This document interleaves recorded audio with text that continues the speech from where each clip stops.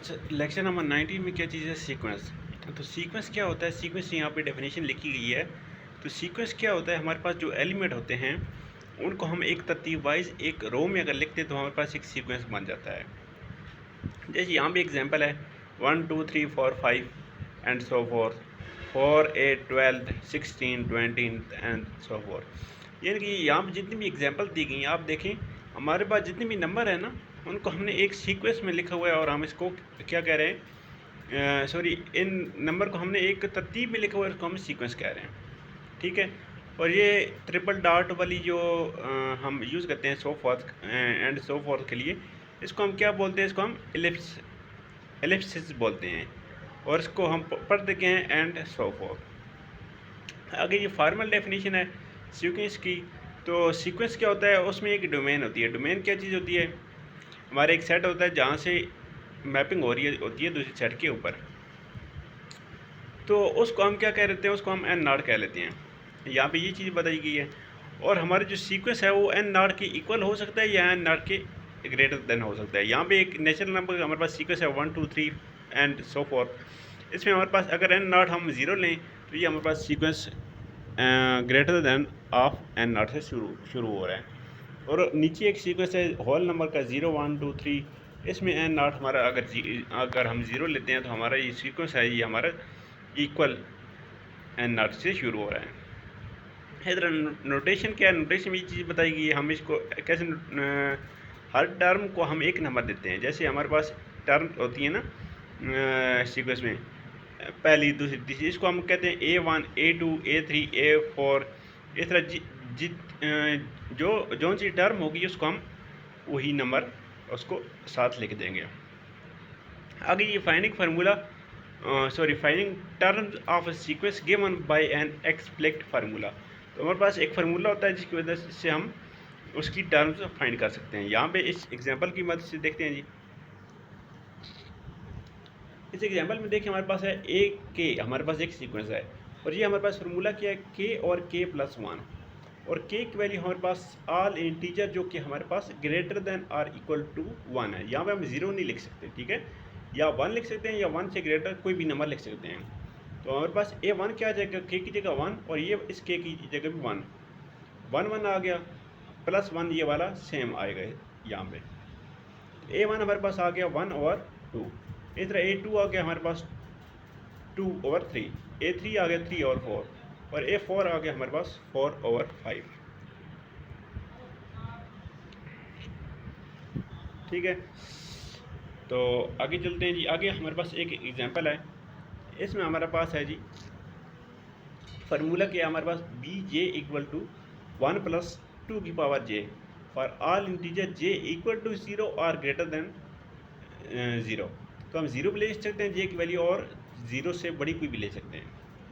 तो सबसे पहले 0 के लिए चेक करते हैं। हम यहाँ पे j की वैल्यू 0 लिखेंगे, हमारे पास आ जाएगा बी नॉट इक्वल टू 1 एज टिप और 2 की पावर 0, क्योंकि हमने j की वैल्यू हमने 0 लिखी हुई है। तो 1 + 2 की पावर 0, तो 2 किसी भी चीज़ की पावर 0 आपको पता है 1 की इक्वल होती है, तो 1 + 1 हो जाएगा, इक्वल आ जाएगा 2 के। बी नॉट इक्वल आ गया 2 के। इस तरह B1 अगर j की वैल्यू हम 1 लिखेंगे तो B1 हमारे पास आ गया 1 + 2 की पावर 1 और 2 प्लस पावर 1 इक्वल होती है 2 के, तो 2 + 1 इक्वल टू 3। B1 इक्वल आ गया 3 के। इस तरह B2 आ गया हमारा 5 के और B3 हमारे पास आ गया 9 के। तो यहाँ पे हमने याद रखने वाली चीज़ है, जो रिमार्क्स हमारे पास बताया गया है जी।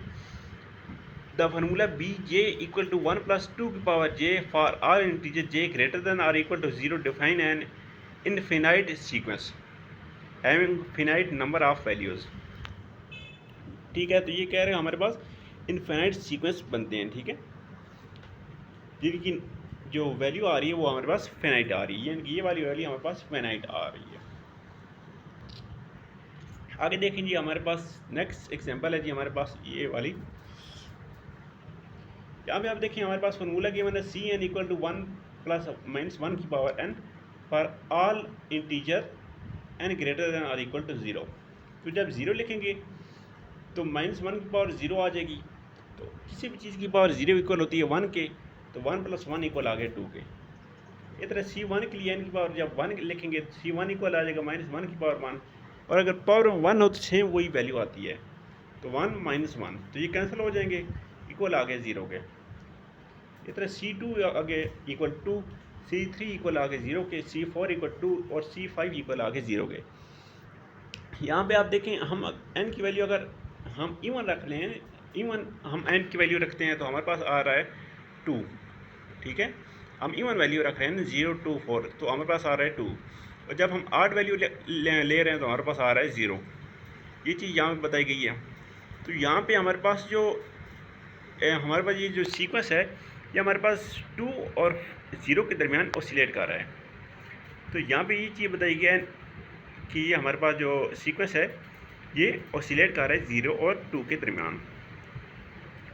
तो सेकंड में क्या कहता है, एन इनफिनाइट सीक्वेंस में have only finite number of values. Infinite जो सीक्वेंस होता है उसकी हो सकता है कि हमारे पास सिर्फ फाइनाइट वैल्यू आ रही है। इस तरह इस एग्जांपल में हमारे पास Cn गिवन है, ये फार्मूला गिवन है, और n greater than or equal to 0 के लिए तो C1 हम फाइंड कर लेंगे, C2 हमने फाइंड किया, C3 फाइंड किया और C4 फाइंड किया। जस्ट n की वैल्यू 1 2 3 और 4 रख दीजिएगा। तो यहाँ पे आप देखें हमारे पास C1 की वैल्यू नेगेटिव आ रही है, C2 की वैल्यू पॉजिटिव आ रही है, C3 की वैल्यू फिर नेगेटिव आ रही है, C4 की वैल्यू हमारे पास पॉजिटिव आ रही है। तो नेगेटिव पॉजिटिव इस तरह हमारे पास ये अल्टरनेट कर रहा है साइन। तो हम ऐसे सीक्वेंस को क्या कहते हैं, a sequence whose term alternate in sign is called alternating sequence. तो ये चीज़ आपने याद रखनी है, जिस सीक्वेंस के हमारे पास साइन अल्टरनेट कर रहे हैं उसको हम अल्टरनेटिंग सीक्वेंस कहते हैं। आगे जी हमारे पास ये क्वेश्चन है जी, हमारे पास find the formula explicit formula for sequence. Sequence हमारे पास गिवन है और इसका हमने फार्मूला फाइंड करना है। तो हमारे पास ये देखिए यहाँ पे हमारे पास ये जो है 0 1 -2 3 -4 5। सबसे पहले तो आपने देखना है इसमें हमारे पास एक साइन जो है वो ऑसिलेट कर रहा है, नेगेटिव पॉजिटिव। तो हमारे पास साइन ऑसिलेट कर रहा है। तो साइन जब भी ऑसिलेट करेगा तो हमने ये वाली टर्म साथ लाजमी रखनी है, -1 की पावर n+1, ठीक है, फॉर n ग्रेटर देन और इक्वल टू 0। अगर n ग्रेटर देन और इक्वल टू 1 लिखेंगे तो हम n -1 की पावर n लिखेंगे। तो साथ बाकी ये तरतीब वाइज चलती जा रहे हैं 1 2 3 4 5, तो इसलिए हम साथ जस्ट n लिख देंगे। an हमारा आ गया -1 की पावर n+1 इंटू n।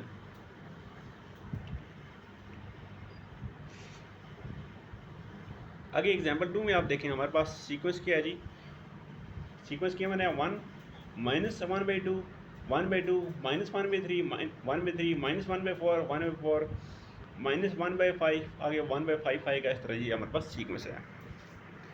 इस सीक्वेंस को हम क्या लिख सकते हैं, हमारे पास ये आ जाता है, इसका फार्मूला बन जाएगा 1/k माइनस 1/k+1।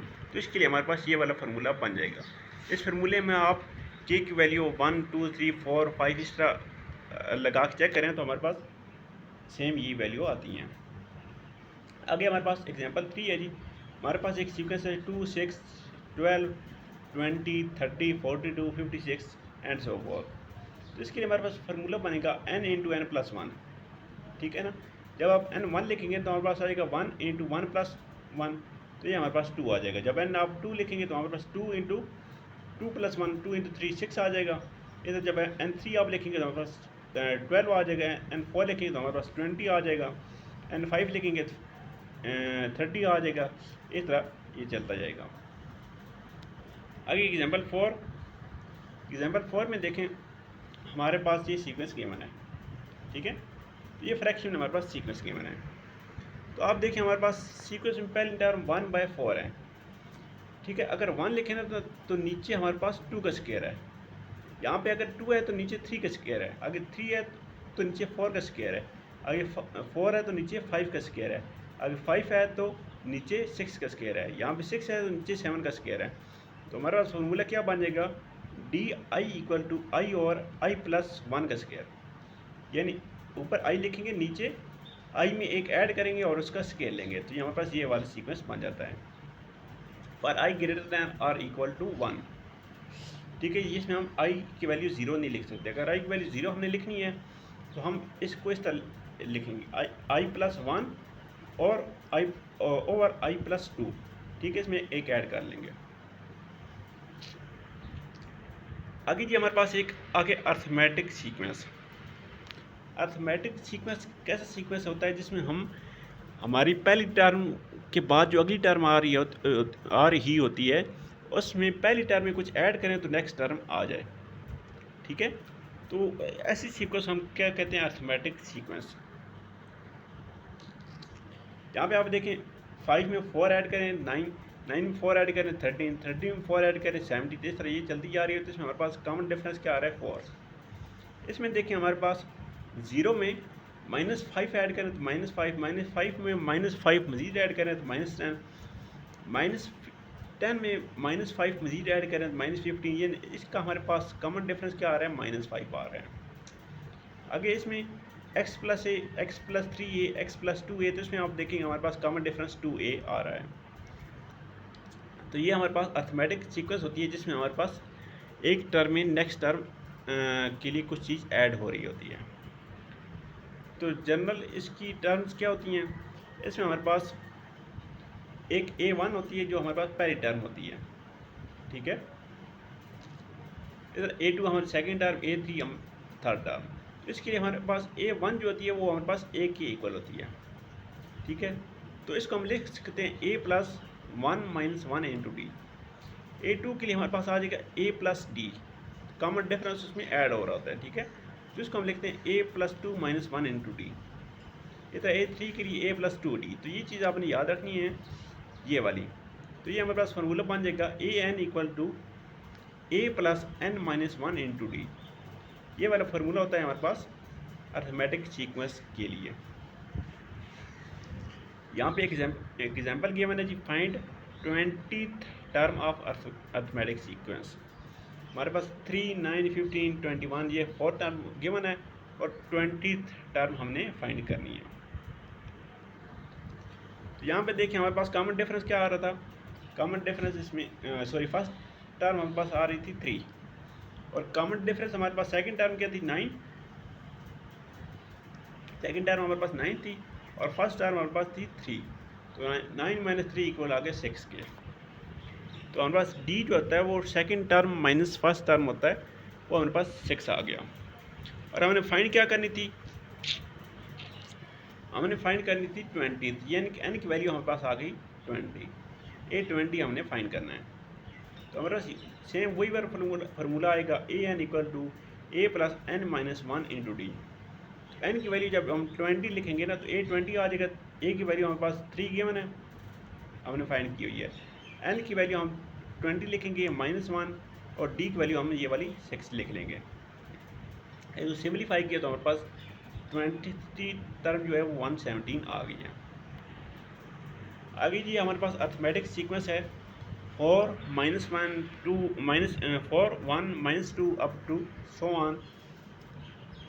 तो ये हमारे पास आगे आ गया -77। तो -77 इसकी nth टर्म आ गई है। यहाँ पे अब हमने फाइंड करना है ये कौन सी टर्म है, -77 जो टर्म है ये कौन सी टर्म है। तो यहाँ पे सबसे पहले आप देखिए पहली टर्म हमारे पास आ रही है 4, तो हम a की वैल्यू a इक्वल टू 4 लिख दिया हमने। तो कॉमन डिफरेंस d हम क्या कहते हैं, second term minus first term. तो 1 माइनस 4 इक्वल आ गया 3 के, second term minus first term equal आ गया -3 के। a की वैल्यू 4 आ गई, d की वैल्यू हमारे पास 3 आ गई। an अब यहाँ पे गिवन है -77, n हमने फाइंड करना है। तो हम अपना फार्मूला लगाएंगे an equal to a plus n minus 1 into d. A n की वैल्यू हमारे पास गिवन है तो ए एन की वैल्यू पुट करेंगे, ए की वैल्यू यहाँ पे पुट करेंगे तो एम हमने फाइंड करना है तो एन को हम ऐसे ही लिखेंगे, डी की वैल्यू हम यहाँ पे लिखेंगे।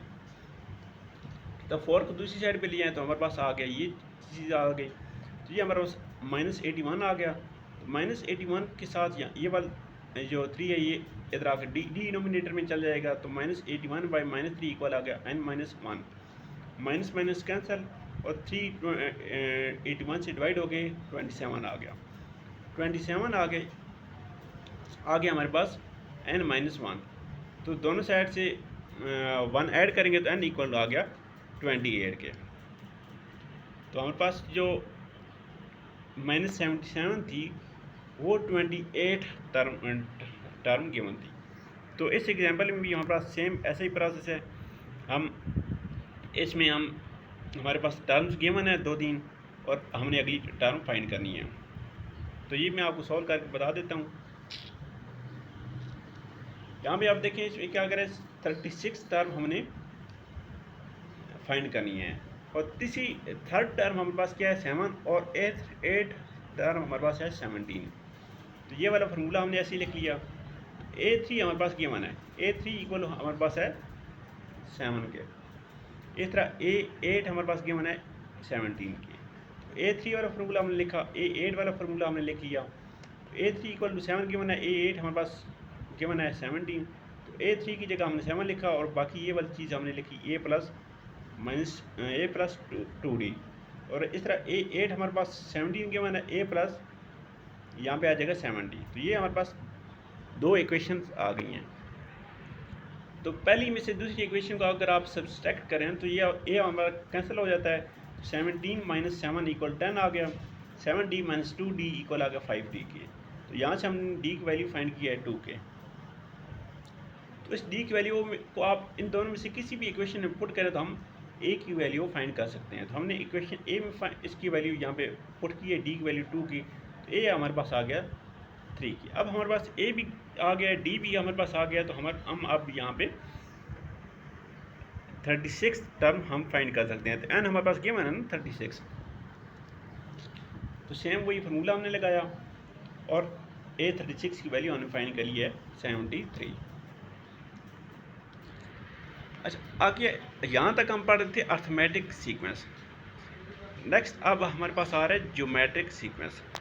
तो अर्थमेटिक सीक्वेंस में क्या था, हमारे पास पहली टर्म में कोई चीज़ ऐड होकर दूसरी टर्म बनी थी, दूसरी टर्म में वो चीज़ ऐड होकर तीसरी टर्म बनी थी।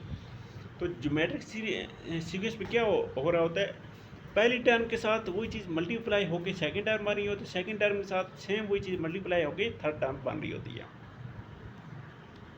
जैसे यहाँ पे देखें हमारे पास 1 के साथ 2 मल्टीप्लाई हो गया, 2 के साथ 2 मल्टीप्लाई हुआ 4 के साथ 2 मल्टीप्लाई हुआ 8 के साथ 2 मल्टीप्लाई हुआ तो 16।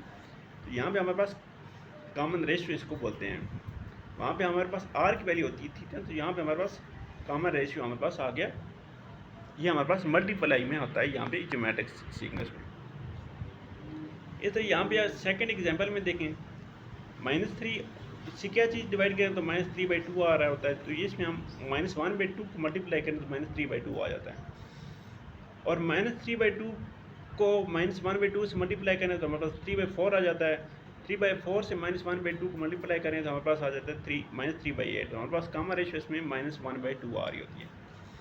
तो इसमें सेम एज हमारे पास कॉमन रेशियो आ रही है 1/10।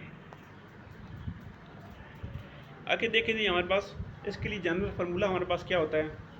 इसके लिए जनरल फार्मूला होता है हमारे पास a इंटू r की पावर n-1। an हमारे पास गिवन होता है a इंटू r की पावर n-1। उसमें हमारे पास अर्थमेटिक सीक्वेंस से क्या होता था, a into n-1 into D होता था। और यहाँ पे ज्योमेट्रिक सीरीज में क्या है, an की वैल्यू हमारे पास क्या है a इंटू r की पावर n-1 इंटू डी। तो नीचे कुछ एग्जाम्पल्स करते हैं, आपको मज़ीद समझ आ जाएगी। इस एग्जाम्पल में हम देखें आप, यहाँ पे हमारे पास कह रहे 8 टर्म हमने फाइंड करनी है। पहली, दूसरी, तीसरी और चौथी टर्म हमारे पास गिवन है। तो पहली टर्म हमारे पास सेम उसी को हम a कंसिडर करेंगे। तो यहाँ पे हम r की वैल्यू कैसे फाइंड करेंगे, second term divide by first term. तो 12 divide by first term equal आ गया 3 के। या वहाँ पे हम क्या करते हैं, अर्थमेटिक सीक्वेंस में हम क्या करते थे, second term minus first term. तो यहाँ पे हम क्या करेंगे, second term divided by first term, तो r की वैल्यू आएगी। तो n हमारे पास गिवन है 8। तो a8 की वैल्यू हमने फाइंड करनी है। तो ये वाला फार्मूला जो हमारे पास ज्योमेट्रिक सीरीज का होता है, इसमें n अगर हम 8 लिखेंगे तो हमारे पास ये चीज़ आ जाएगी। a और r की वैल्यू हमने पुट की, n की वैल्यू पुट की, तो हमारे पास सिम्प्लीफाई करके a8 8वीं टर्म हमारे पास ये चीज़ आ गई है।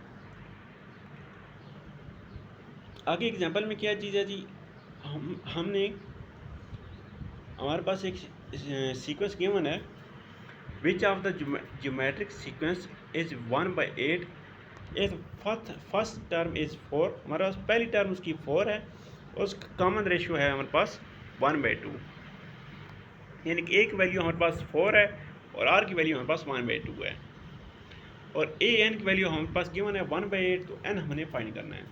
तो सेम वही फार्मूला लिखेंगे, उसमें वैल्यू पुट करेंगे और हम एन की वैल्यू फाइंड कर लेंगे। इस एग्जांपल में क्या है जी, हमने एक ज्योमेट्रिक सीक्वेंस फाइंड करना है जिसकी दूसरी टर्म हमारे पास 9 है और उसकी चौथी टर्म हमारे पास है 1। तो सेम इस किस्म की एग्जांपल हम पहले करके आ चुके हैं। तो हमने हमारे पास फार्मूला है ए एन इक्वल टू ए की पावर ए आर की पावर एन माइनस 1। तो A2 हमारे पास गिवन है, A2 इक्वल आ जाएगा 9 के, फार्मूले में पुट करेंगे तो हमारे पास ये पहली वाली आ जाएगी इक्वेशन। इस तरह हमारे पास फोर्थ टर्म के मैंने A4 की वैल्यू इक्वल 1 है, A4 का फार्मूला हमने लिखा लिया। तो सेकेंड इक्वेशन को हम फर्स्ट इक्वेशन से डिवाइड करेंगे, तो डिवाइड किया 1/9 इक्वल आ गया ए आर का 3 और ए आर, तो ए से कैंसिल, आर 3 से कैंसिल हो गया, हमारे पास आ गया 1/9 इक्वल आ गया आर स्क्वायर के। आगे आप देखें आर की वैल्यू हमारे पास आ गई है, ठीक है। तो एक वैल्यू ऑलरेडी हमारे पास 9 के मौजूद है, ठीक है। तो हम यहाँ पे वैल्यू एक वैल्यू हमारे पास ऑलरेडी गिवन नहीं है, तो आर की वैल्यू हम किसी भी इक्वेशन में पुट करेंगे तो हमारे पास एक वैल्यू आ जाएगी 27। ए की वैल्यू भी आ गई, आर की वैल्यू भी आ गई, तो हम A1 A2 A3 A4 A5 A6 इस तरह सारी टर्म हम इसमें फाइंड कर सकते हैं। इसके लिए हमारे पास फार्मूला क्या होगा, A इंटू आर की पावर n-1, ठीक है, AN इक्वल टू आ जाएगा। ये वाला फार्मूला हम यूज़ करके इसकी सारी टर्म्स जो हैं वो फाइंड कर सकते हैं। आगे ये बता रहे सीक्वेंस इन कंप्यूटर प्रोग्रामिंग। तो an important data type in computer programming consist of finite sequence. तो फिनाइट सीक्वेंस की सूरत में हम डेटा जो है वो कंप्यूटर में स्टोर करते हैं अरेज की शक्ल में। जैसे हमारे पास कुछ स्टूडेंट है, स्टूडेंट के नेम हम कैसे स्टोर करेंगे, पहले स्टूडेंट, दूसरे स्टूडेंट, तीसरे स्टूडेंट, जैसे सारे स्टूडेंट के नाम सेव करेंगे जो हमारे पास फाइनाइट नंबर होगा। तो यहाँ तक था लेक्चर नंबर 19। तो लेक्चर नंबर 20 को हम नेक्स्ट लेक्चर में कवर करेंगे। थैंक यू, अल्लाह हाफ़िज़।